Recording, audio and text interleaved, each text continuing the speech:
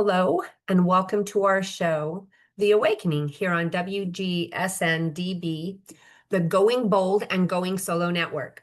The information and opinions expressed on this show are just that, the opinions of the individual speaking based on their individual personal experiences. They do not intend to diagnose and do not constitute professional advice or recommendations. So, you know the pain, stress, and struggle that divorcing men and women go through? Well, there is a way to find peace and your sanity, all while helping your lawyer through the process. This can save you thousands of dollars. My name's Tina Huggins. I'm your divorce coach, specialist, divorce planning specialist, restorative family mediator, and conflictual co-parenting coach. Today, we are graced with this beautiful lady, Stephanie. Stephanie McPhail is going to join us today. And Stephanie she actually works alongside her husband, David. And Stephanie and David are a husband and wife team. They coach together, and they bring their expertise, personal experience, and balanced viewpoints together in a powerful synergy, offering a unique male-female perspective that's both inspirational and practical. They help clients from all over the world transform their lives to include more peace of mind, personal freedom, love, joy, passion, and purpose. Thank you for joining me today, Stephanie. Thank you so much for having me. We have to show the picture right behind you of your husband and you on your wedding day. They don't get to see David today, so we get to see him in the picture behind you. Yes, exactly. I know. It's funny because our anniversary is actually coming up next week, and we'll be married for 10 years. Ooh, how wonderful is that? Yes. Yeah. And I would have never imagined it when I was going through all my stuff. He's your dream husband. Yes, he's who I was looking for. Yes, yes. I was married to my dream husband. And so I remember us kind of talking about this when we originally talked. And so I didn't realize just how intertwined you and David were in your coaching aspect until we got ready to do the show today. So can you tell me how come you ended up here? Sure. Well, I don't know about anyone's listening, but I used to be really good at choosing really shitty partners and then trying really hard to make it work. So Yes. it's this thing that we have. And I realized, after my first marriage that was abusive, I learned what codependency was. I remember at one point while he was yelling and screaming at me, he told me I was codependent, and I was like, "How dare you tell me that it's my fault?" Because that's basically what I felt. And when I started doing my own healing work, I was like, "Wait a minute, he was right. That's why I was with him to begin with." And so that self-discovery, getting out of there and actually taking the time to learn who I was, what I wanted, going on a journey of figuring myself out. I got to a point where I was totally happy being single for the first time in my life. And that's when I met an amazing man that is now my husband of almost 10 years and father of my two children. And I never could have imagined that this is where I would be while I was in the trenches, when I was with the abusive partner, when I was with those toxic people. It was so much work. I had to try so hard to make it not work realistically, but I was so busy researching and trying to figure it out and changing myself and walking on eggshells and doing all the things that so many of us do. And I had lost myself in the process. And so it's such a different experience when you're married to the right person versus married to the wrong person, where you're trying to fit, a square peg into a round hole. It just doesn't work. Yeah, yeah. As you're talking, I was in a relationship. I dated a guy, lived with him for a short period of time in northern Colorado, and he called me a narcissist. I had never heard of the word narcissist before. And so this is around 10 years ago, maybe 11. And so I did a deep dive to understand narcissism. And I realized that I couldn't be a narcissist because I did a deep dive trying to fix me. Narcissists don't fix themselves, right? No. And so understanding narcissism, it was such a deal for me. It's like, oh my God, people like this exist. And I'm currently writing a book about abuse. And of course, narcissism is inside the book. I was able to go back through other relationships and point out or pull out information why I was married to my first husband who was not, or I can't say is an abuser, but got abusive. And so there's a spectrum of narcissism, and he kind of sat at the very bottom of narcissism and would jump up and down. Anyways, just you're saying that he called you something and you went and did the deep dive. So now you understand, and so that's why you're here. And so you're working, your bio talks about your healing. You helped your clients go through the healing. So what did you do that helped you to get through the healing part to get here? Well, one of the things that I think is really important is that I just remember I was the one who always took care of everybody else. I was successful. I was a professional. I had degrees. I had a great job. I made really good money. And when you think about what the stereotype of someone who's in an abusive relationship, I didn't fit that mold. And so part of me was able to compartmentalize and be like, no, that happens to those other people. I'm okay. And I find that a lot of my clients, we're on fire and drowning, and we'll keep telling people we're okay. And it's this commonality that a lot of us have. So being able to reach out for help is hard for us. We are great researchers. We are great at trying to figure out solutions to problems, which makes us really good in our jobs and our businesses, but makes it not so good in these types of situations where the solution is get out. The solution is not try to keep making it work, and it's not giving up. We are not good at feeling like we have lost. So, because we're successful and professional, we're like, I'm going to figure it out. The solution is there. We're going to just power through. But when it comes to these types of relationships, pushing just prolongs the pain and discomfort. We're not failures for leaving something that is toxic. And so when I did finally make that decision to leave, I just remember there was a period of time where I thought to myself, okay, I'm just never going to do this again. And some of you might have experienced that. So that this is when a lot of the times people will say, well, I'm going to start dating again, or I'm just not going to do that ever again. Like we're going to just will ourselves through it. But I have found from my own experience and now working with clients for the past 12 years is that it's not just the will. We have to understand how to create something different. We don't mean to keep repeating the same patterns. We just do. Because as much as it's uncomfortable, it's what we know. So we do the learned patterns from childhood. We do the learned patterns from the adults' past relationships, the baggage that we bring into where we are right now. We have to be able to really look at what are the things that are causing us to be attracted to these types of people?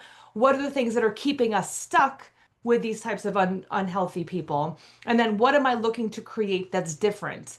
So we have to make sure that we're focusing on learning who we are. And of course, I have a 6-step process, but I will tell you one of the most important things that I recommend to all my clients is to make sure that you are spending time alone before you start dating again.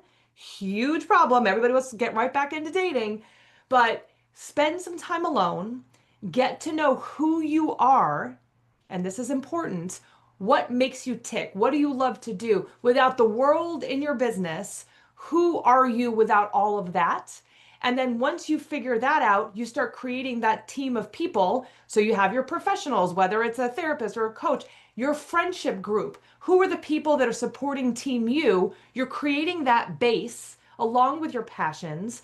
And then when you are ready, when you have that base going, then you can start dating. But I always say to my clients, we date then for educational purposes only. We're not dating to meet our next future significant other. We are dating to figure out, hey, wait a minute, who is going to be the right fit for me with this person that I have become and am becoming?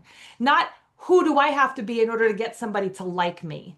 And I think that's a big turnaround. It's a big twist on what a lot of dating is. I think there's a lot of pick me, and there's a lot of let me prove myself worthy of this person, where we need to flip that script and realize that we are basically interviewing for the position of our partner.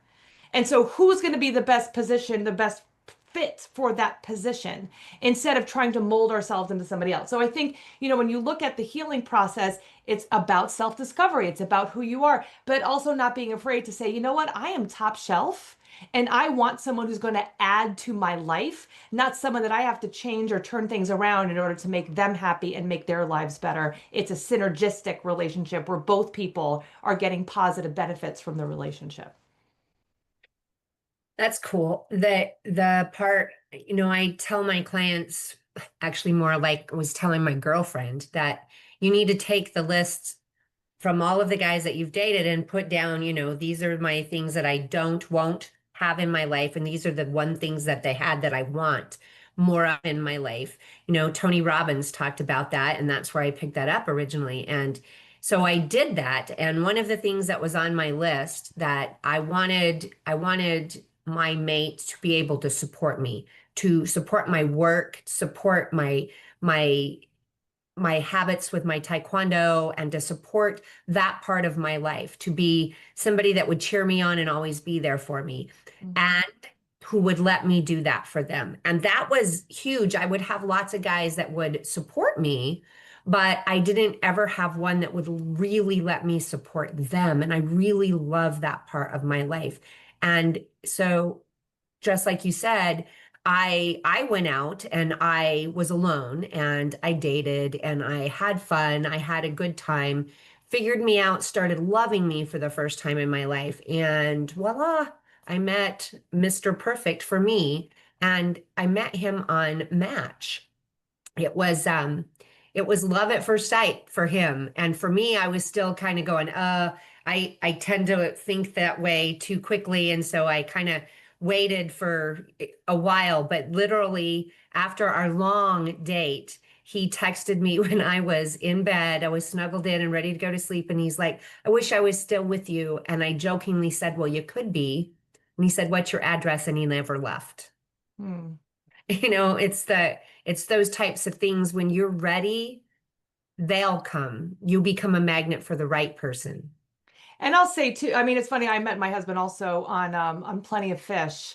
And I think, it was one of those things where like I knew what I was looking for. So I had my list. And I always tell clients also make the list, but also then go out and date to see like, is this really what you want on your list? Because sometimes we have this idea of what we want and then we start dating and we're like, oh, wait, I was just kidding. That's not exactly, I asked for the wrong thing. So, you do that. But I was at a point where I was so happy being single that I was dating just for fun. Like, let's just see what happens. So when I met him, I actually, and it was kind of same kind of thing. It was for him like love at first sight. I was like, oh, he's attractive. He's what I'm looking for physically.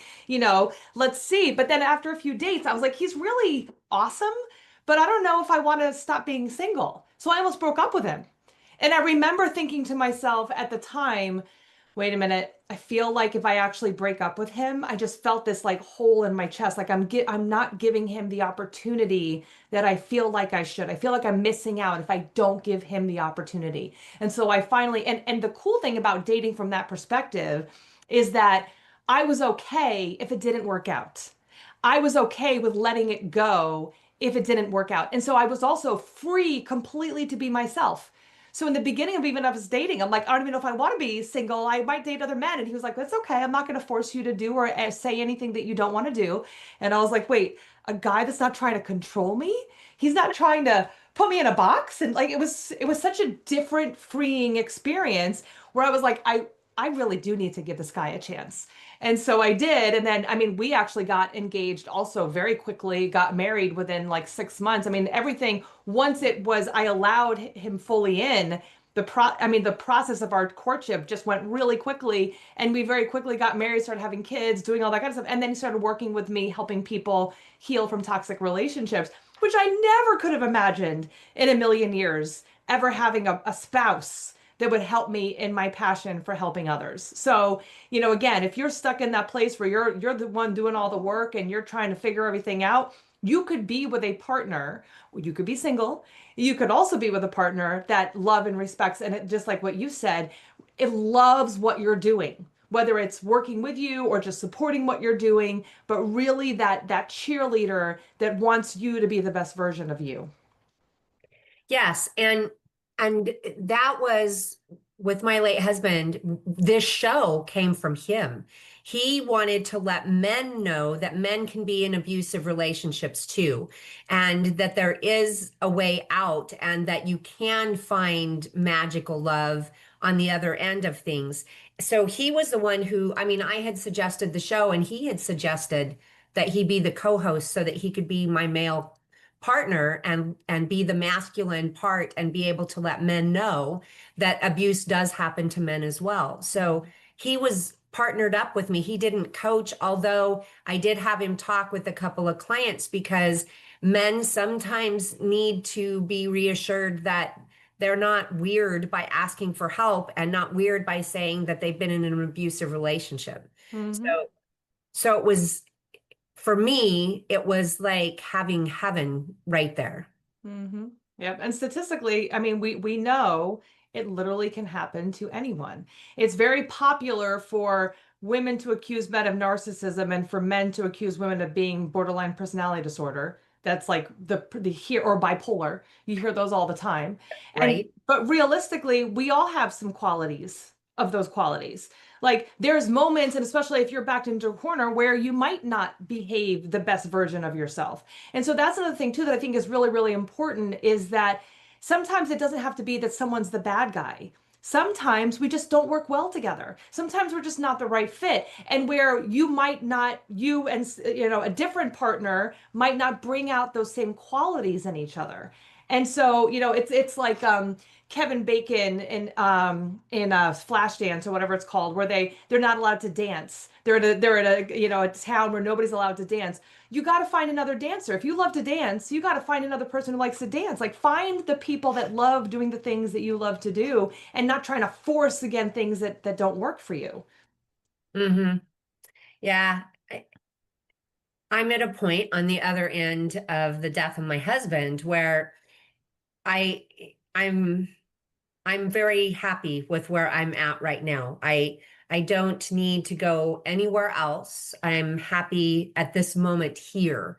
And so that I've got a whole tribe of friends, and when you talked about having the tribe or the family that supports you, that was the one thing. I haven't had almost any family support, not from my original divorce and not from the death of my husband. It's like everybody got afraid that I might have the plague or something when my husband died.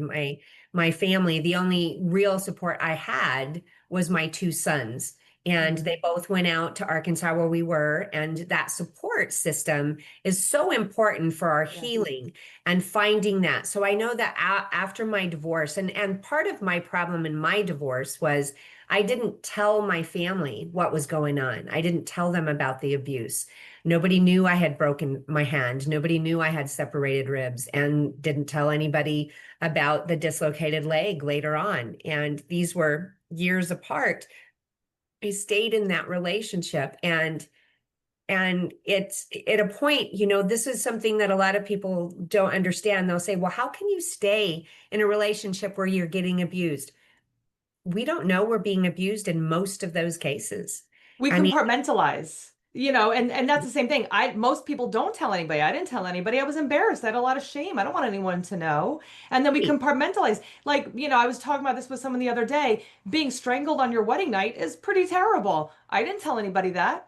And I didn't tell, and even getting an order of protection, I almost forgot to mention that as I was trying to get the order. And luckily, I had an advocate with me that was like, anything else happened? And I told her that almost at like passing. And she was like, oh my, what? Like that happened? Do you know how quickly it could have killed you? And it took someone to give me that reality check to even, and again, we are professional, educated women. So this has nothing to do with that at all. We just don't, our brains are not functioning when we are in that kind of state. yeah, they aren't. The dislo or the broken hand, and I think the separated ribs came from the same fight. And then there's other portions that might have been from that same fight and might have been from another fight. I can't even like separate them and figure that all out. And then where were my children? I have no clue when this fight was going on where my children were. And that fight, they were still fairly young. And so I even now in writing this book about all this stuff, I can't find that in my head. It's there to protect me. Yeah. Yeah. It's amazing. I mean, when I wrote my book, it was I had to go through some of the orders of protection, police reports, things like that. And there were things that I completely forgot happened. I was like, oh, okay, I forgot when he followed me, had called the police to have me followed to my friend's house accusing me of drunk driving. Like, I forgot when he showed up to the house and knocked all of the furniture all over the place when my friends were like completely, those things just completely came out of my mind. And you're right, it's our brains trying to protect us. But there's this weird thing that I find is that with when you're talking about leaving an abusive person, there is this trauma bond that goes on. And so when you it's like we're trying to prove to them that we are worthy of being chosen. And it literally feels like withdrawal from drugs when we are removed from them, even though it is a terrible, unsafe place for us. But that's what our brain does. So it's scared of and if you've been told over and over again that we're not good enough or too opinionated or too whatever the things that they've said to try to break down our spirit, that kind of is in the back of our mind also. So now we're thinking about leaving, but we also are thinking to ourselves, but maybe there is something wrong with me. Maybe I am going to be alone forever. Maybe I do deserve this. Maybe this is the best that I can get. And those are all the things going through our head as we're also saying, but I want them to love me and I see what's good and I want it to be the way it was in the beginning. So you have all of these conflicting thoughts in your head, which is one of the reasons why we stay stuck. So in healing and removing ourselves, we have to go through the withdrawals of it in order to be able to fully leave. But that's why it's so hard for us to make that decision. Yeah. And I'm the one who left. And 6 months after I left, and because I had nobody else on the outside, it looked like I left him for another man, which was kind of sort of the truth. But the reality is I needed a safe freaking place to stay. And my family had chosen his side, and I needed somebody with no alcohol. So he was in AA. He was one of the martial artists that was in my class. He wasn't one of my students, but he was safe. And I knew that he wasn't going to bug me. He was the type of person that would just let me sit in my office and be there and do whatever I needed to do. But 6 months later, I went to my husband's now house, used to be ours, and I attempted suicide.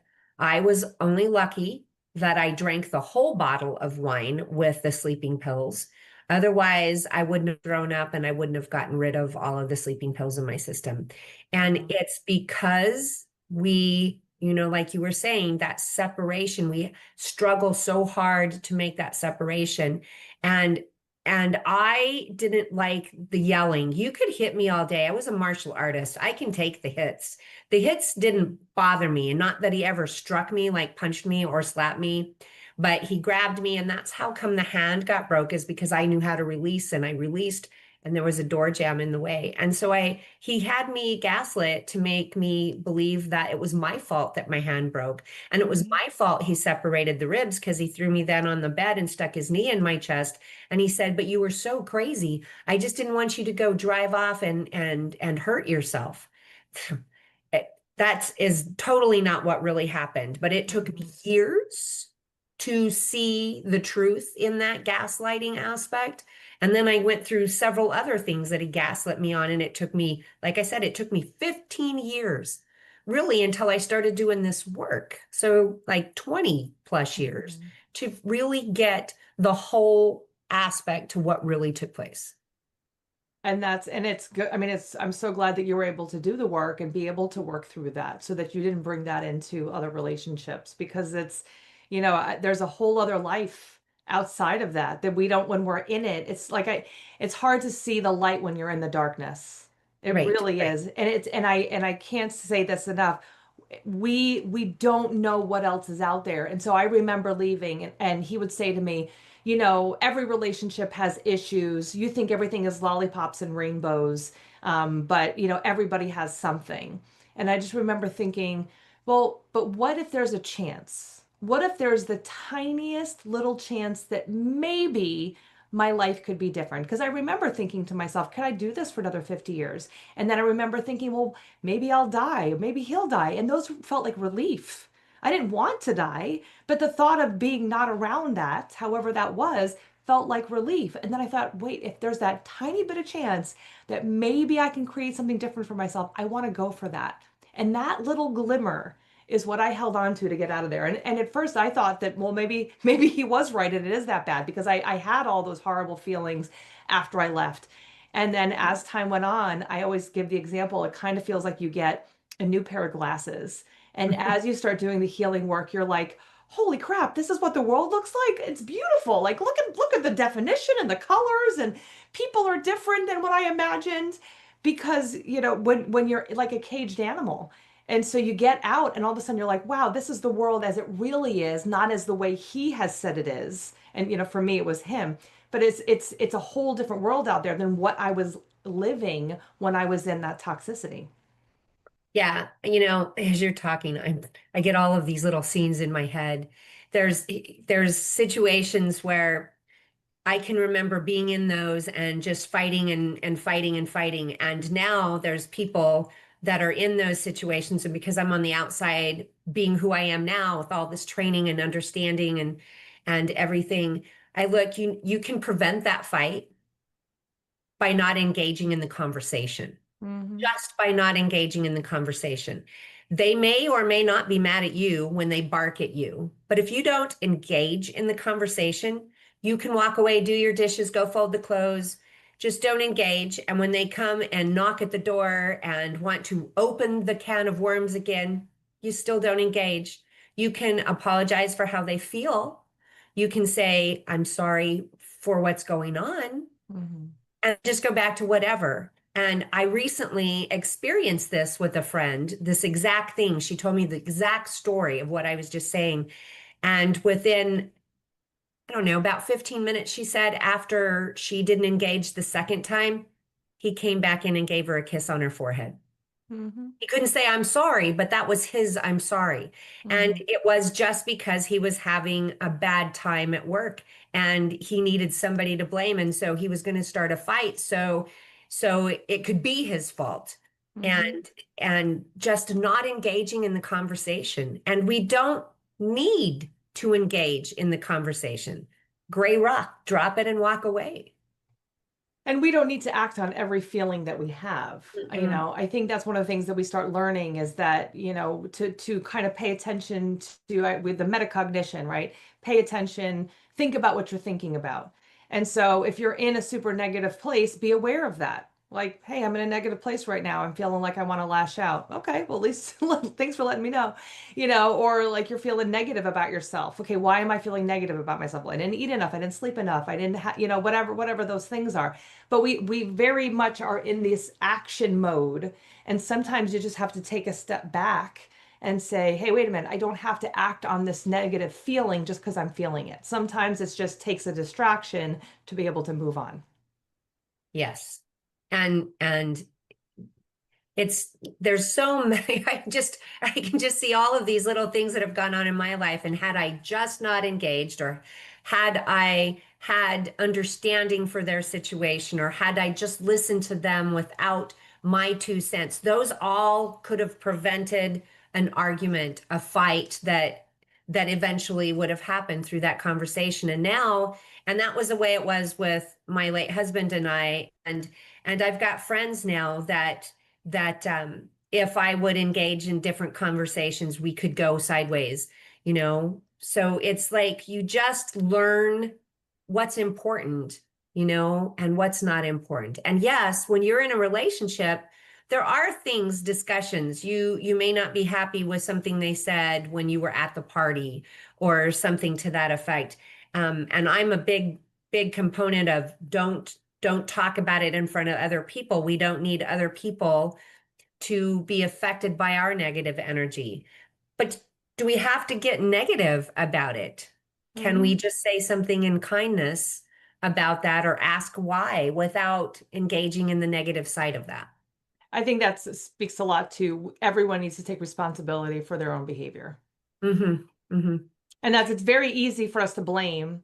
I just had this conversation recently with someone where it's like, well, they're doing this, they're doing that, they're doing this. And I'm like, well, it must be really exhausting to be so focused on everybody else all the time. Right. Right? Like, oh my gosh, everybody's against me. Well, okay, whew. What's actually really going on here? Like, can we take responsibility for our reaction to their reaction? Do we have to engage in everything that they say and do? What can we do differently? And again, this is not about trying to, step on eggshells and be worried about what they're going to do. But, again, we're not always perfect. And so, what are the things that we are doing? Like, we're going to say things that we don't really mean. We're going to, but take responsibility for it. Yep, I was in a shitty mood yesterday and I said some things. I didn't mean to. I apologize, and being aware of it. And again, working on those things that we need to work on because if you're going to take some time focusing on what somebody else needs to change, that's an avoidance technique that's never going to get you anywhere.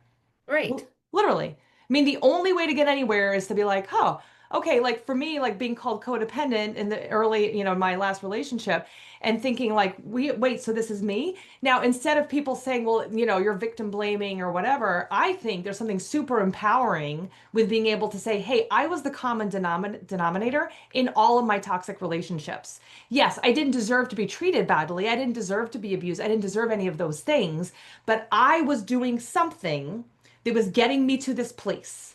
What can I do differently to not get here again? That's a good question to ask yourself. Is it remove yourself from that relationship? Is it how are you reacting to people? Is it your communication skills? Is it you saying yes when you should say no? What are the things that are going on there? And as soon as you start taking that kind of responsibility, then you can create that life that you want. Then you're not going to be into those situations where it's unhealthy and unsafe for you as well. Yes. I know taking responsibility for my actions has been how my life's got to where it's at.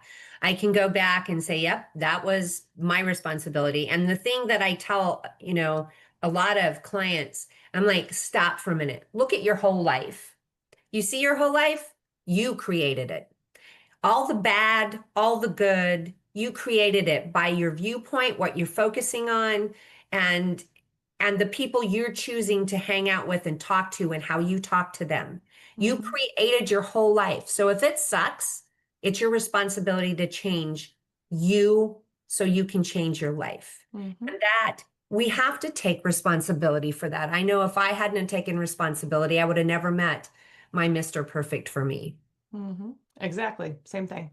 It's again, letting go. It's hard to let go. It's hard. And then, you mentioned Tony Robbins before, but I think there's also the being thankful for the lessons. Instead of saying like, oh, look at all these mistakes and this time that I wasted, instead of repeating those same mistakes over and over again, look at them as lessons. What's the lesson that I can get from this? Okay, I choose an abusive partner. Okay, what can I learn from this? Okay, don't try to get into a relationship where I'm trying to fix someone. Don't ignore the red flags. Don't try to be the savior. Work on myself. What are and you can learn a lot from the lessons that you are given throughout your life. Yes, definitely. I think if we don't learn lessons from our life, then we're not growing. We're we're somehow stagnating somewhere in a Well, and corner. I always say, and the universe just taps harder. So if we don't learn that lesson, the universe is like, hello, now you're going to learn it this way. And it's going to suck even more than the last time I tried to show you that lesson. Right, right. Yes, so true, so true. And it does, that I always call it a 2x4. That's the next tap. If you don't watch it, you're going to end up in a car accident or whatever the situation. And sure enough, that's the next step. And it's we have got to slow down, stop, take a look, take an inventory of what's going on with our life because it's our life and we're in charge. The one thing that I have heard several times here in the last several months is that you have 365 days. They're going to unfold. No matter what, they're going to unfold. You can choose how they unfold and help them unfold in the direction you want them, or you can just let them make a mess of your life. Yep. And it's going to happen anyway. There's Right? like a friend of mine, she went back for her PhD and we were in our like mid 30s. And I remember one of her friends said to her, yeah, but you're going to be almost 40 when you get your PhD. And she was like, well, I'm going to get to 40 anyway. Might as well have a PhD associated with it. And I was like, that is exactly how you should live your life. Right, Like, right, right. It, I don't know. I remember back in the day when I was married to my first husband and we were in our 30s, and I said something about he had talked about that he wanted to go and become a DOW officer, Divisional Wildlife Officer. And I says, why did you do that? And he says, well, I'm too old. I'm like, in your 30s, you're too old to go back to school to be a DOW officer. And again, just like you said, we're going to get there anyways. Might Yeah. as well get there doing something we want to do. Yeah, exactly. Exactly. It's so silly what we do, and because even my first marriage, I felt the clock. I was 28. I want to get married. I want to settle down. I want to be able to have children. I want to be able to do all those things. So I haven't found anything great. Might as well settle for this. I mean, and realistically, that was what I was thinking. I wouldn't have said that at the time, but that was what I was thinking. So I ignored those red flags because of it. And then instead, I wasted years of my life with the wrong person and then was able to leave and then do what I needed to do and take care of myself and find the right person, and then ended up being able to have my kids and do all that. But yeah, it's amazing what we tell ourselves at different ages, where I'm too old, or all these things that I don't care if you're in your 50s or 60s or 70s, there's the right person out there for you still. There's always an opportunity. You're alive, you're here, there's always an opportunity to turn your life around. No matter what you've experienced, no matter how long you've experienced, it's time right now, listening to this, for anyone who needs that reminder, it's time to make yourself a priority. Amen. Amen. So, since you opened that door, tell me, Stephanie, how you work with your clients. So we work remotely.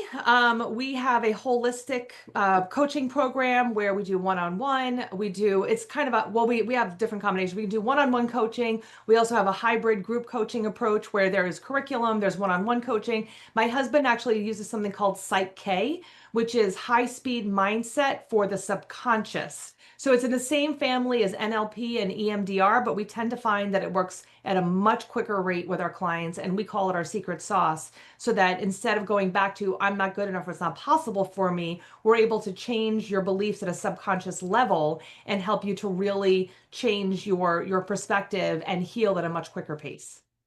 Yes, and I actually have studied Psych-K back when in one of my earlier certifications, and so I understand Psych-K, and I believe those types of trainings, those type of therapies, are just way better than just traditional talk therapies because they involve more of the brain and it just gets you involved in your healing process as you move forward. Agreed. Yeah, we find we've had clients that have come to us and said one session with myself or one session with my husband was better than 25 years of therapy. And that Right. makes me sad because I think about, well, you spent 25 years going to a therapist once a week and you never got what you needed. Like that sucks. Because that sucks. They obviously were trying, but and again, you're here now. This is what it is. But if you've been trying the same thing over and over again and you're not finding results, then try something different. For me, coaching and therapy was the best combination for me. For my clients, I find the same thing. They started out with therapy and then they go to coaching. That's how they get their results. And so if you're in that place, then and I don't care who whether it's Tina, whether it's me, find a coach that you feel comfortable with, that you resonate with. Hire them and have them help you. You want to find someone who's where you want to be, and then they can help pull you there at a quicker rate because they can see and they know where you keep repeating those patterns. They can call you out and help you move more quickly. Yes. And that said, not every coach can coach every person. And that is important for you to find the right coach for you, the right fit for you, because you're going to move much faster with the right fit, the right person. So, Exactly. Stephanie, we're reaching that time where we're coming to an end. So we know how you work with your clients. So now tell us how people can find you. Well, you can find us in a bunch of different ways. If you look up Stephanie McPhail, if you do a Google search for Stephanie McPhail, Toxic Love Transformation is my podcast. My business is Being Loved Shouldn't Hurt.